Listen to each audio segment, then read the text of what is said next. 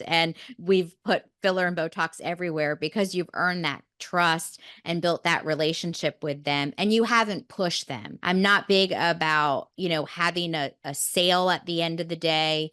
It's about educating our patients and doing what's best for each one. It's about our patients. Welcome to the Beauty Talk podcast, where we feature how the best medical practitioners help their patients to look better, younger, and healthier. Now, enjoy the show, and here's your host. Daniel Gao here. I'm the host of Beauty Talk, where we feature the top medical practitioners in health and beauty, both inside and out. I have Rachel Duke, who is the owner of Rachel Duke Injectables in Richmond, Virginia. After serving as an emergency room nurse, she discovered her love for aesthetics and pursued it as a specialty. Rachel has nearly 2 decades of experience as an injector, speaks at industry conferences across the country, and serves as a faculty member of the Allergan Medical Institute. She regularly lands on the list of the top 100 best aesthetic providers in America list. 4 years ago, she launched the first independent injectors boutique in Richmond and recently hired a second injector and staff as their practice continues to grow. So Rachel, welcome and glad to have you here on the show. Thank you. Thank you for having me. So let's dive right into it. How did you first get interested in aesthetics? Oh, it was really by chance. As you hear from a lot of nurses now, I was a little burnout working in the ER, and I just needed a break and a change in pace. And I took a job in a dermatology practice, actually, that had both medical dermatology and an aesthetic med spa attached. So I really went there thinking that that was just going to be a stepping stone and a place for me to land, until I could figure out, what I wanted to do with the rest of my life, And as I was there, I really found the love for the aesthetic side of the practice. So it was a medical spa. We were doing laser treatments. I was assisting at the time the dermatologist doing neurotoxins and dermal fillers and skincare. And that's when I said, okay, this, just by chance, this is going to be my love. And from there on, continuing education and working with different medical providers in the aesthetic field. Got it. Now, that seems to be a big jump from ER nurse, then working in a practice, and now building your own practice. So could you talk a little bit more about what it was like building your own independent practice? Challenging, but very rewarding at the same time. I had worked with several physicians in town, facial plastic surgeons and plastic surgeons, and I loved what I did, but I was the employee, and there were things that the way that the practice was going that I really wish that I had had a little more control of, or possibly spending more time with my patients, really making a patient-centered practice. And also COVID happened, so I probably had a little too much time to think during that time, having the time off and downtime. And that's when I thought to myself, what better time and what could be worse than, what's going on with COVID right now. So that was where I took the leap of faith to go ahead and start my own practice. And yes, it's like I said, it's rewarding and challenging at the same time, because there are challenges that you hit, pitfalls that you hit. But at the end of the day, it's your practice, and you feel so fulfilled when you're finished at the end of the day that, it's your baby. Mm-hmm. Yeah, and I can tell that you put a lot of care and thought into your patient care, which it sounds like this is why you moved over, because you weren't able to give the right level of patient care that you were able to working for somebody else. Mm-hmm. Yeah. Absolutely. So now we talked about in your introduction as far as you doing a lot of the injectable side. So is that really what most of your clients come to you for, or are you mixing that in with other types of treatments? We're really an injectables only practice. We sell skincare. Prior to, we went through a devastating fire at the end of the year. And prior to that, we were starting to dabble a little into lasers and devices. But really, I opened up the practice with the idea of it being injectables only. And it was interesting. I've had colleagues in the area say, you'll never succeed with an injectables only practice. And we really have. We've been very successful. And we focus on neurotoxins and dermal fillers, bio-stimulators. And then we are very big on skincare and skincare products. At this time, we're not offering skincare services, but we do. One thing that I have found that has made me very successful within the community is I have a lot of colleagues in town who offer the services that I don't offer, that I refer to. And they refer back. So we have this ongoing continuing of care. We have great estheticians in town who have lasers that work with plastic surgeons that don't offer injectables or don't care to do injectables. I have great estheticians in town who own their own practice, who do wonderful skincare treatments within their office. And so it's this constant referral base that we have that's also been very successful as well. Got it.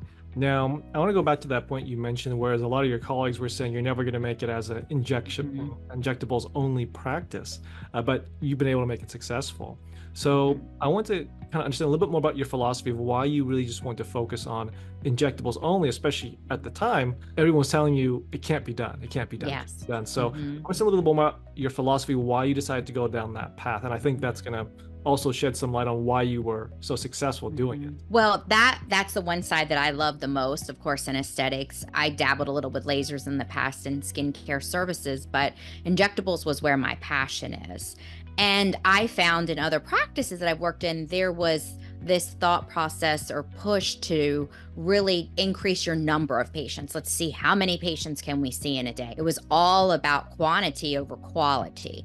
And personally, myself, and I think it just depends on what branding you want and how you want to run your own business. I really wanted a place of a higher upscale service where someone felt like they were coming into a boutique. This similar experience that you have when you're shopping at a high-end boutique. You're coming in, it's a very luxurious space, down to the smells, the coffee, the water that you serve, and then taking time with patients. I always felt in other practices that I worked in, I was rushed. I was rushed to see a number of patients, and I really believe that this industry is about building a relationship with your patients and your patients feeling heard, building up their confidence. What are they here for? You find a lot, you may run into someone, they may be going through a divorce or a major life-changing event that's happening, a reunion, their children are getting married, and they don't want to come in and it be a 10-minute appointment and they're rushed out of the office. They want to be able to take their time and describe the experiences that they've had before, whether that be good or bad, and then let you listen to them, take the time to sit down with them. And I'm finding when I see, it's really interesting because I did get caught up in this, seeing this number of patients per day. And when I had a full schedule and these back to back amount of patients, my numbers were less at the end of the day when I saw maybe say 10 or 15 patients a day, because I was slowing down, talking to my patients, spending time with my patients, answering questions, and my ticket sales were higher. So really that's been my philosophy, really all about the relationship that the patients have within the practice. Okay. Yeah. And I want to dive a bit deeper into that as far as really what differentiates your practice. And I think I'm starting to see a theme here of really patient care, even from where you working for another practice. And then when you open up yours was really that patient care. So do you see that what else would you say really differentiates your practice, your business, yourself from others who are doing things that are similar? They have contact with us as well. We do a lot of texting with our patients. We do have a direct phone line. We have a small staff. It's just myself, a front desk receptionist, and another nurse practitioner who recently joined me. So the patients have direct contact with us. They can text us. They can text us photographs. I believe that helps than just calling and talking to a receptionist. Yes, the receptionist can schedule appointments, can answer simple questions regarding prepping and pre and post appointments. But if the patient really has a concern or a question, they leave knowing that they can contact myself or the other nurse practitioner who has done their service. We also offer, every patient that comes in to see me, a new patient to me, whether they have had any injectables in the past or not. It's our policy that we do a follow-up appointment. It's not just a one and done. You're not just treating them and then, never seeing them again, but we're really making sure that they're happy with their results and that we're following up and keeping that relationship going. Got it. Now, I want to talk a little bit more about the future. Are there any new or emerging treatments that you're particularly excited about? Because when it comes to injectables, I think some people view it as, oh, it's been around for a long time. Like, yeah, there's maybe more brands coming in, but you being the professional and being in the space, is there any new or emerging treatments that you're really excited about? Well, I'm sure bio-stimulators are the hot new topic. They've been on the market, of course, for a while, but believe we are seeing more. There are some that will be coming to market. It will be several years before we see them, but we'll see new biostimulators that are being mixed with hyaluronic acid gel products. Some providers are already doing that within their practice. I believe it's that, and using, just kind of, and I don't really want to say pushing the limits, but taking the products that we have now, that being a hyaluronic acid injectable gel or a neurotoxin, we're really taking it to the next level. We feel like, yes, all these products have been out for such a long time, but this field of medicine is only 25 years old. So, I'm not injecting Botox now the same way I did 3 years ago. And so I think it's just going to be constantly emerging. And with the different providers that we have in the field and younger ones that are coming out there, really, I say give you guys the courage, and all of us have the courage to kind of push things a little bit. Let's try an off-label use of something, as long as it's within your safety parameters and you're doing it appropriately. But we're finding so many more options for the products that we already have available to us. Got it. Now that leads me to my next question about educating your patients. Mm-hmm. So with these changes that are coming up, and you're also, I think, fighting some of the preconceptions that people have in their mind about injectables. So could you talk about how you approach educating your clients, your patients, about what you offer and also the benefits, particularly when you have these other treatments that you can mix into it to get them even better results, and they probably have no idea what a lot of these things are. Yes. And, patients are much more savvy now than they used to be. So they come in a lot, asking a lot of questions, or already maybe thinking that they know what they need. So really, it's one, educating them about all the services that we have available. And then I really think we have to assess each patient, and not each treatment is appropriate for each patient or each treatment protocol or mix of treatments together. So it's really, I think one of the things that we do a disservice in this field is we call this an industry, or it's looked upon as a beauty industry. This is aesthetic medicine, and we're really prescribing a treatment to the patient. So I think having that level of confidence when you're talking to a patient and assessing them and saying, this is what you're coming to me with your concern is, but let's talk globally about your full face. Let's talk long-term plan. Do we have a wedding coming up? Do we plan on having surgery down the road? So now let's do a prescription plan for you, and let's make a plan moving forward to help aesthetically. And I don't think that everyone looks at it more as a prescription or an aesthetic treatment plan. And I do think, yes, giving your patient options, but we also have to remember that we are the medical providers and we're prescribing the best treatment for that patient.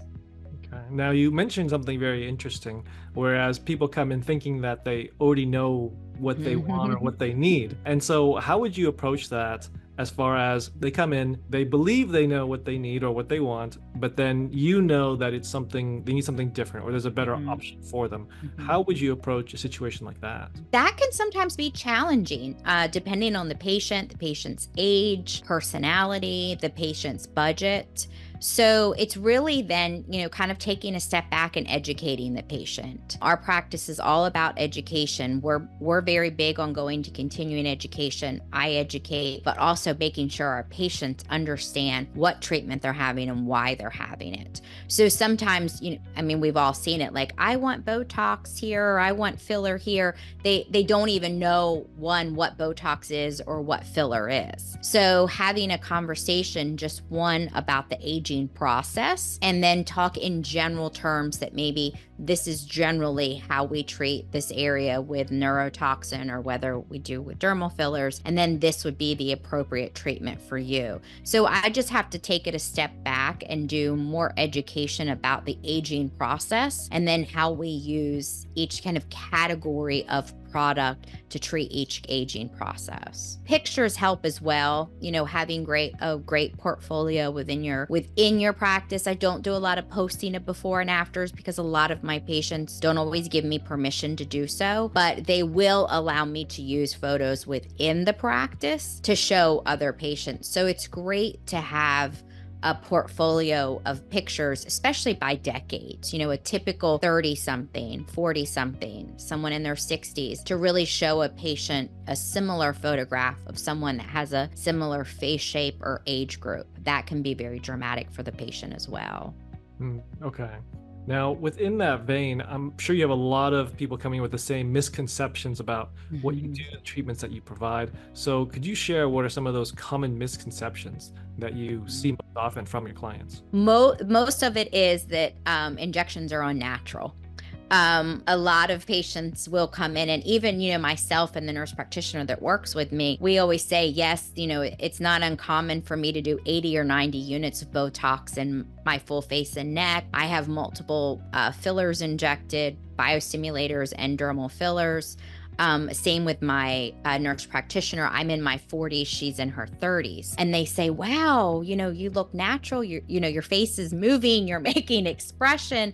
I wouldn't have thought that you had injections done. And that's the biggest misconception, is people think that, I always say, bad work is work in general.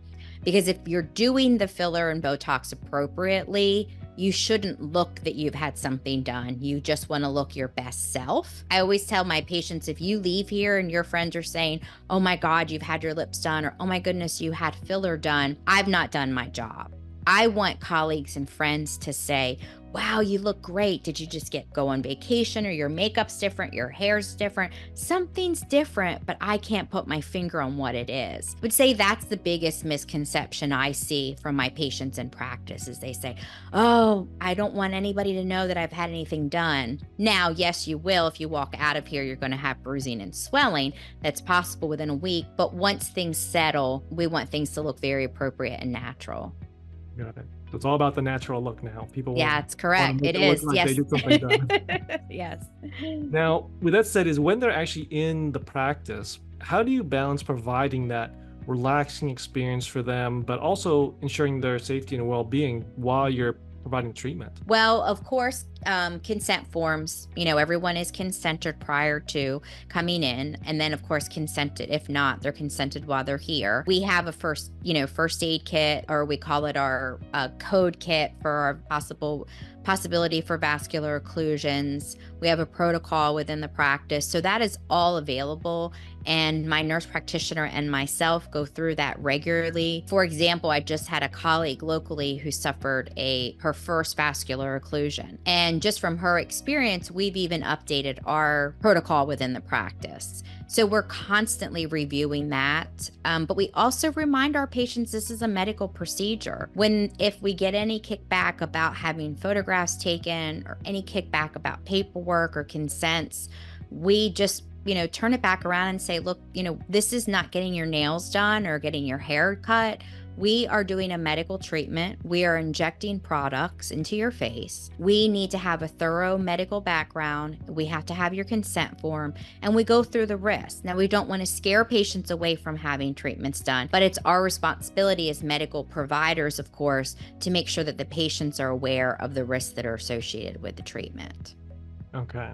Now, so you have this protocol, you have a system in place to take care of that. Absolutely. Yes. Now, within that line of thinking, I'm actually curious, what role do you believe creativity plays in your approach to your patient care? Because when people think about medicine, and we talked about it, there's a process, there's a protocol, there's a step-by-step, but can you talk a little bit more about how you view creativity in what you do? It very much so in aesthetics. And I really think that that's what differentiates a lot of providers.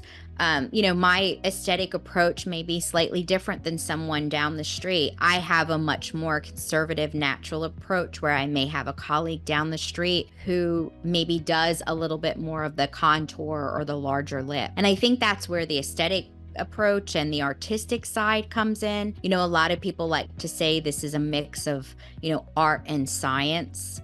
And that's where really, during my consultation, I always point out with patients any asymmetry that I may see, but then also getting into the detail of, if a patient has a cleft chin, do you like that cleft chin? We may not want to remove that. That's one of your aesthetics. Looking at ethnicity, there may be a subtle contouring of your face or a lip shape or lip size that matches your ethnicity that you may want to keep. We're not going to go by the golden rule or golden ratio. And I always have that open dialect and communication with my patients and making things, yes, we do have very systematic approaches for the safety piece and approaches so that we're being appropriate and taking precautions.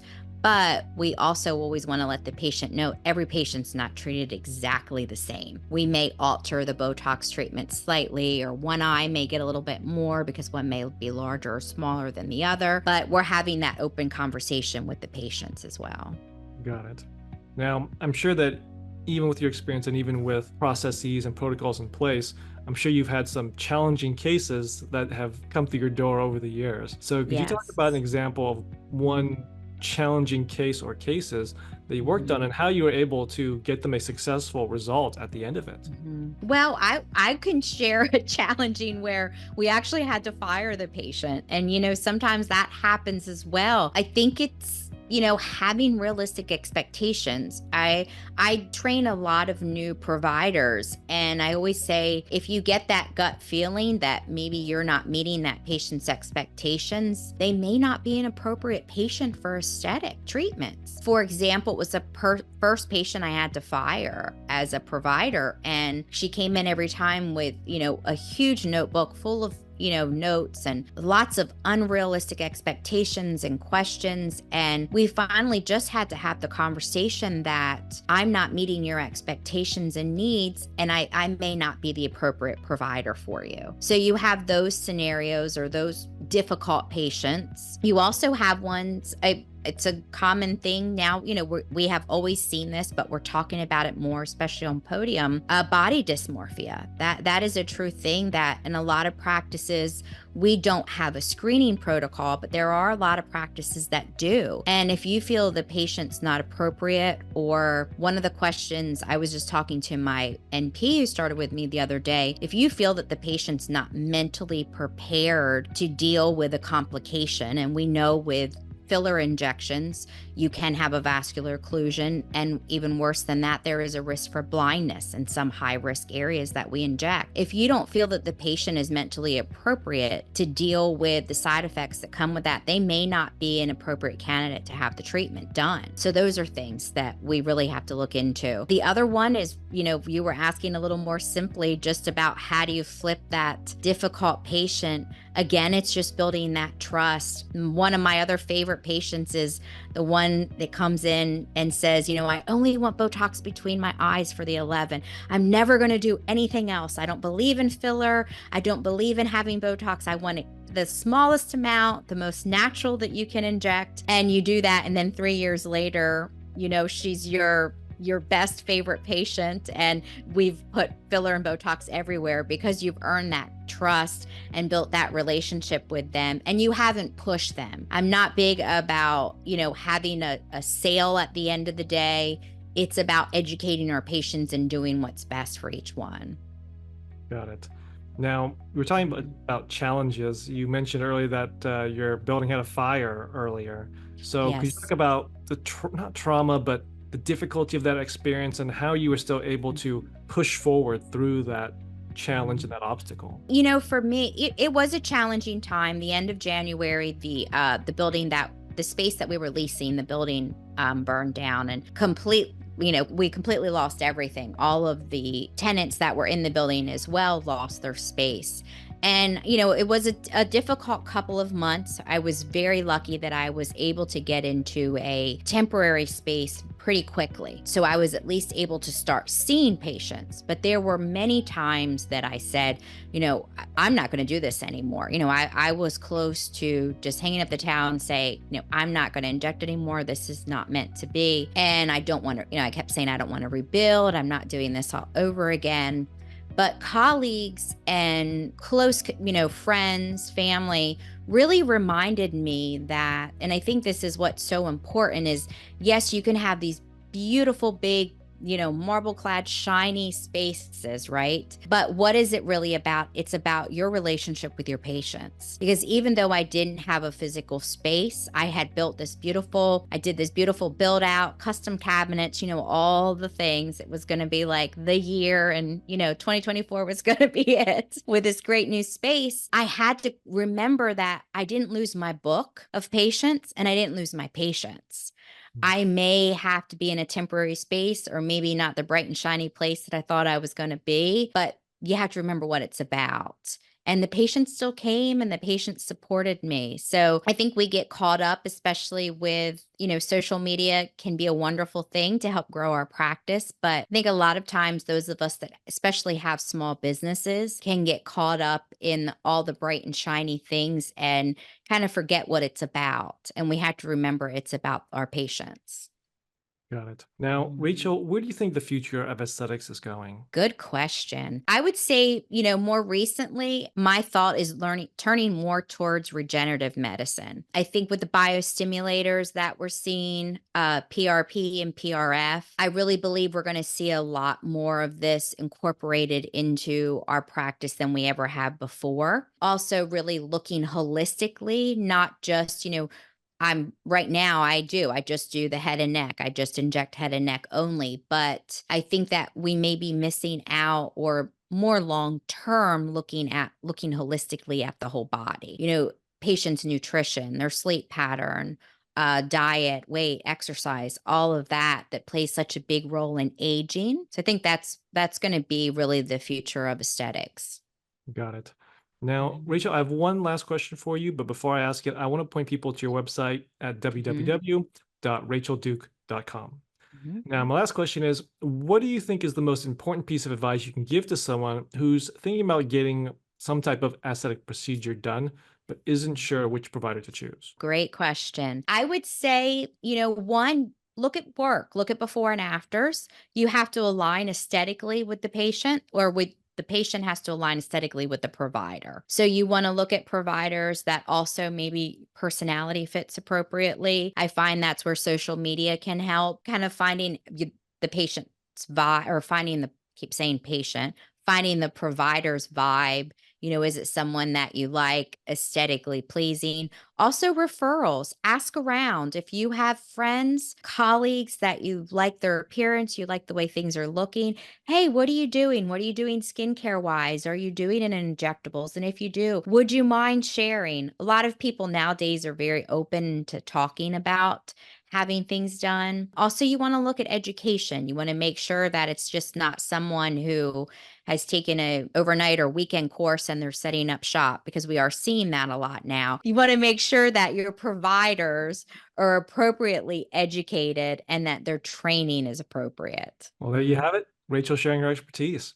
So, Rachel, where can people contact you in your practice? So my website, like you said, www.rachelduke.com. Also on Instagram at RachelDukeNP, or you can give us a call at 804-500-0920. Perfect. Great. Well, thanks for being on the show and sharing your message. Thank you. Thanks for listening to the Beauty Talk podcast. Any questions, please contact the practice directly with the contact information provided during the show. We'll see you again next time. Bye for now.